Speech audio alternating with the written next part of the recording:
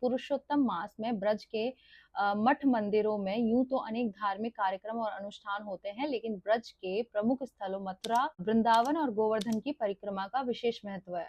धार्मिक मान्यता है कि इस समय में जो भी पूजा या धार्मिक कार्य किए जाते हैं, उसका कई गुना पुण्य फल मिलता है। इस माह में ब्रज 84 कोष की परिक्रमा का अलग महत्व है। कृष्ण काल के तमाम लीला स्थल और देवालय जो पूरे ब्रज में 84 कोस में फैले हुए हैं, मान्यता है कि इनकी परिक्रमा अधिक मास में करके श्रद्धालु पुण्य कमाते हैं। ब्रज 84 कोष की यह परिक्रमा मथुरा के पड़ोसी राज्य हरियाणा और राजस्थान के गांवों से होकर गुजरती है। ब्रज 84 कोस की परिक्रमा मथुरा के अलावा राजस्थान और हरियाणा के होडल जिले के गांवों से होकर गुजरती है। करीब 267 किलोमीटर परिक्रमा मार्ग में परिक्रमार्थियों के विश्राम के लिए 25 पड़ाव स्थल है। इस पूरी परिक्रमा में करीब 1300 के आसपास गांव पड़ते हैं। कृष्ण लीलाओं से जुड़ी 1100 सरोवर, 36 वन, उपवन, पहाड़, पर्वत पड़ते हैं। बाल कृष्ण की लीलाओं के साक्षी उन स्थल और देवालयों के दर्शन भी परिक्रमार्थी करते हैं, जिनके दर्शन शायद पहले ही कभी किए हों। परिक्रमा के दौरान श्रद्धालुओं को यमुना नदी को भी पार करना होता है। भगवान श्री कृष्ण ने मैया यशोदा और नंद बाबा के दर्शनों के लिए सभी तीर्थों को ब्रज में ही बुला लिया था। पंडित राधा शरण जी महाराज के अनुसार जब यशोदा मैया और नंद बाबा ने भगवान श्री कृष्ण से 4 धाम की यात्रा इच्छा जाहिर की, तो भगवान श्री कृष्ण ने कहा कि आप बुजुर्ग हो गए, इसलिए मैं आपके लिए यही सभी तीर्थ स्थानों और चारों धामों को आह्वान कर बुला देता हूँ। उसी समय से केदारनाथ और बद्रीनाथ भी यहाँ मौजूद हो गए। 84 कोस के अंदर राजस्थान की सीमा पर मौजूद पहाड़ पर केदारनाथ का मंदिर है। पर्वत पर नंदी स्वरूप में दिखने वाले विशालकाय शिला के नीचे शिव जी का छोटा सा मंदिर है। इसके अलावा बद्रीनाथ भी 84 कोस में ही विराजमान है, जिन्हें बूढ़े बद्री के नाम से जाना जाता है। मंदिर के पास ही अलकनंदा कुंड भी है। इसके अलावा गुप्त काशी और यमुनोत्री और गंगोत्री के भी दर्शन यहाँ श्रद्धालुओं को होते हैं। शॉर्टकट पर अधूरी मानी जाती है परिक्रमा। 84 कोस परिक्रमा के लिए स्थान, गांव और इसकी जद में आने वाले मंदिर और परिक्रमा मार्ग पहले से ही तय है और उसी रास्ते से होकर श्रद्धालु परिक्रमा करते हैं। कीचड़, कंकड़, पत्थर के रास्तों पर ही चलकर श्रद्धालु परिक्रमा पूरी करते हैं। कोई भी श्रद्धालु दूरी कम करने के लिए शॉर्टकट या दूसरे रास्तों से होकर नहीं गुजरता और ऐसा करने पर उसकी परिक्रमा अधूरी मानी जाती है। ब्रज 84 कोस में पड़ने वाले प्रमुख सरोवर कृष्ण की लीलाओं के साक्षी और उनसे जुड़ी प्रमुख सरोवरों में जो प्रमुख सरोवर हैं, उनमें सूरज सरोवर, कुसुम सरोवर, विमल सरोवर, चंद्र सरोवर, रूप सरोवर, पान सरोवर, मान सरोवर, प्रेम सरोवर, नारायण सरोवर, नयन सरोवर। परिक्रमार्थी इन सरोवर के दर्शन करने के साथ ही आचमन लेकर और इनमें स्नान कर स्वयं को धन्य मानते हैं। ब्रज में विद्वान 16 देवियों कात्यायनी देवी, शीतला देवी, संकेत देवी,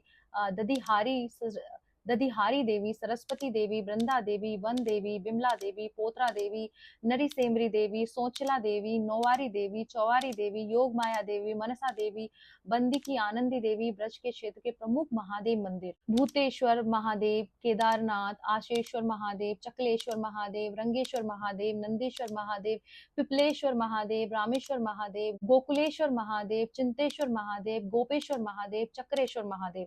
ऐसे होती है परिक्रमा। वाहनों से आजकल लोगों के पास समय का अभाव है, उनके लिए तमाम आश्रमों और संस्थाओं की ओर से ब्रज 84 कोस की यात्रा वाहनों के जरिए भी करवाई जाती है। इसके लिए परिक्रमा कराने वाले संचालकों की तरफ से सुविधा अनुसार एक तय शुल्क प्रति श्रद्धालु लिया जाता है। इसमें वाहन का किराया, खाना पीना, ठहरना आदि शामिल होता है। वाहनों से कराई जाने वाली ये ब्रज 84 कोस यात्रा में 3 से 5 दिन का समय लगता है।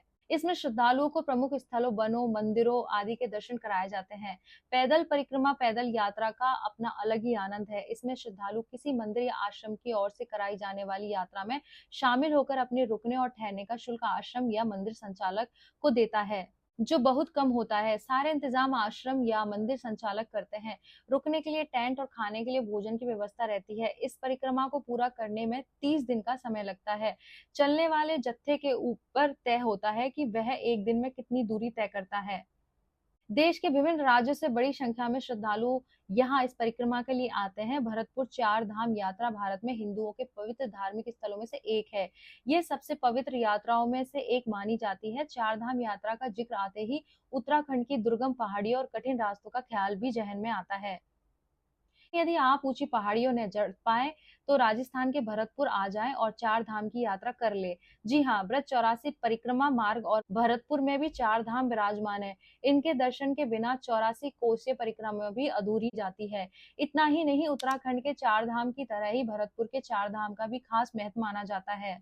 मान्यता है कि जो लोग उत्तराखंड के चार धाम की यात्रा नहीं कर पाते हैं तो ब्रज के चार धाम की यात्रा से भी वही पुण्य लाभ प्राप्त कर सकते हैं। आइए जानते हैं कि ब्रज में कैसे प्रकट हुए केदारनाथ, बद्रीनाथ, गंगोत्री और यमुनोत्री, और क्या है ब्रज के चारों धाम की कहानी। भरतपुर में करीब 56 किलोमीटर दूर स्थित चारों धामों की बद्रीनाथ, केदारनाथ, गंगोत्री और यमुनोत्री के प्रकट होने की कहानी भी अद्भुत है।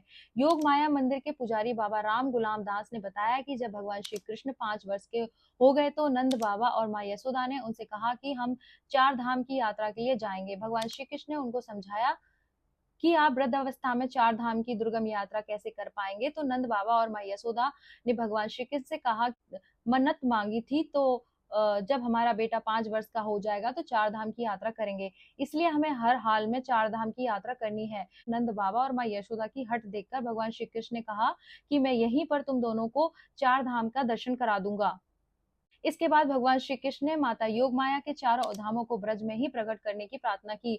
योग माया ने कृष्ण भगवान से कहा कि प्रभु, जब सभी ब्रजवासियों की एक आपका ध्यान करेंगे तो चारों धाम स्वयं ही ब्रज में प्रकट हो जाएंगे। इसके बाद श्री कृष्ण ने सभी ब्रजवासियों से कहा कि भगवान बद्रीनाथ यहीं पर गुप्त रूप में रहते हैं, इसीलिए सभी लोग भगवान बद्रीनाथ का ध्यान करो। सभी ब्रजवासियों ने भगवान बद्रीनाथ का ध्यान किया तो योग माया ने उत्तराखंड में भगवान बद्रीनाथ की मूर्ति को यहीं पर प्रकट कर दिया। बद्रीनाथ के पास ही गंगोत्री, यमुनोत्री, लक्ष्मण झूला और नीलकंठ महादेव को भी उन्होंने प्रकट किया। यहीं पर नर और नारायण पर्वत भी स्थित है। योग माया ने यहाँ के करीब 9 किलोमीटर आगे ऊंची पहाड़ी पर भगवान केदारनाथ को भी प्रकट किया था। नंद बाबा और यशोदा माँ समेत सभी ब्रजवासियों ने चार धाम की यहीं पर दर्शन किए। पुजारी बाबा राम गुलाम दास ने बताया कि जो लोग उत्तराखंड के चार धाम की यात्रा नहीं कर पाते हैं, वह लोग ब्रज के चार धाम की यात्रा कर पुण्य कमा सकते हैं। चतुर्मास में ब्रज 84 कोष की परिक्रमा लगाई जाती है। परिक्रमा के लिए देश विदेश से लोग यहाँ पहुंचते हैं। इस दौरान ब्रज 84 कोष की परिक्रमा मार्ग में स्थित चारों धाम की यात्रा भी की जाती है। भगवान श्री कृष्ण की लीला स्थली में स्थित चारों धाम के प्रति लोगों में आज भी बड़ी आस्था है।